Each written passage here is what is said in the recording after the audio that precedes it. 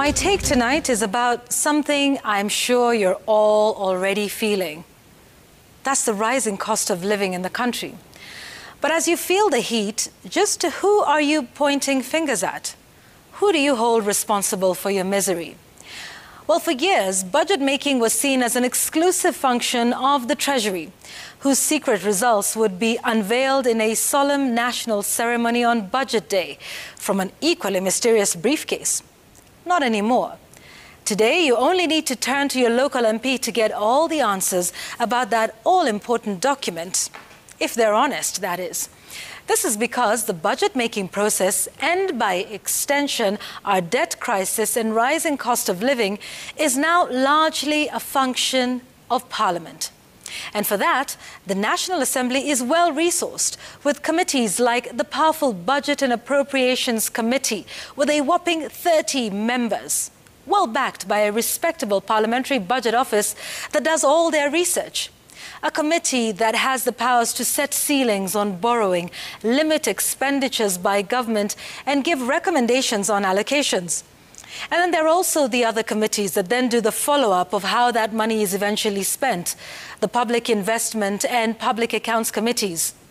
That is why no member of Parliament should come to you blaming the executive or someone else for the hole in your pocket right now.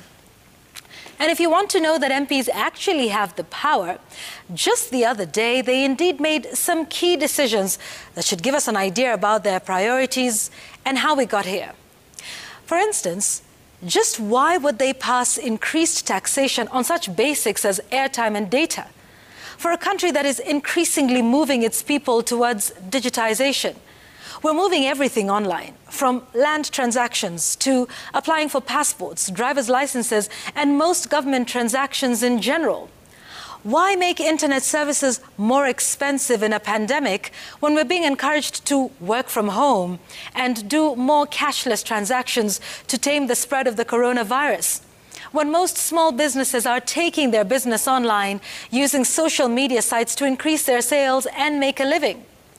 Also in a pandemic, when millions of Kenyans have lost their jobs and income margins greatly reduced, our MPs have imposed 20% excise duty on bank charges, thereby making loans more expensive, knowing that a majority of us depend on loans to keep our businesses going.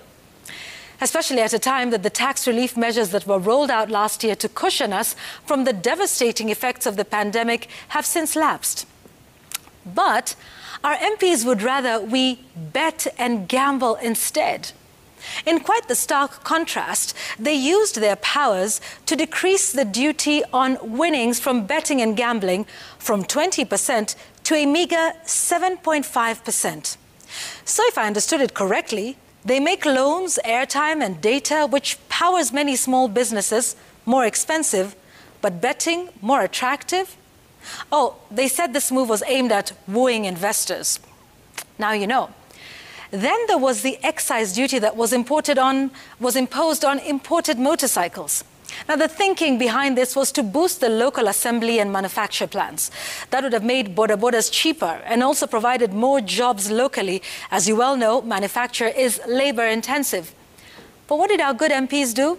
Well, they removed that tax on imported vehicles, on imported motorcycles, so that our local assemblers are forced to prematurely compete with importers. So much for the Big Four and encouraging local manufacturing. Now, I know you'll say that our big problem is our rising debt, and not just any type of debt, but expensive loans, that it is the government that is borrowing too much, that the debt is what is pushing us through the wall.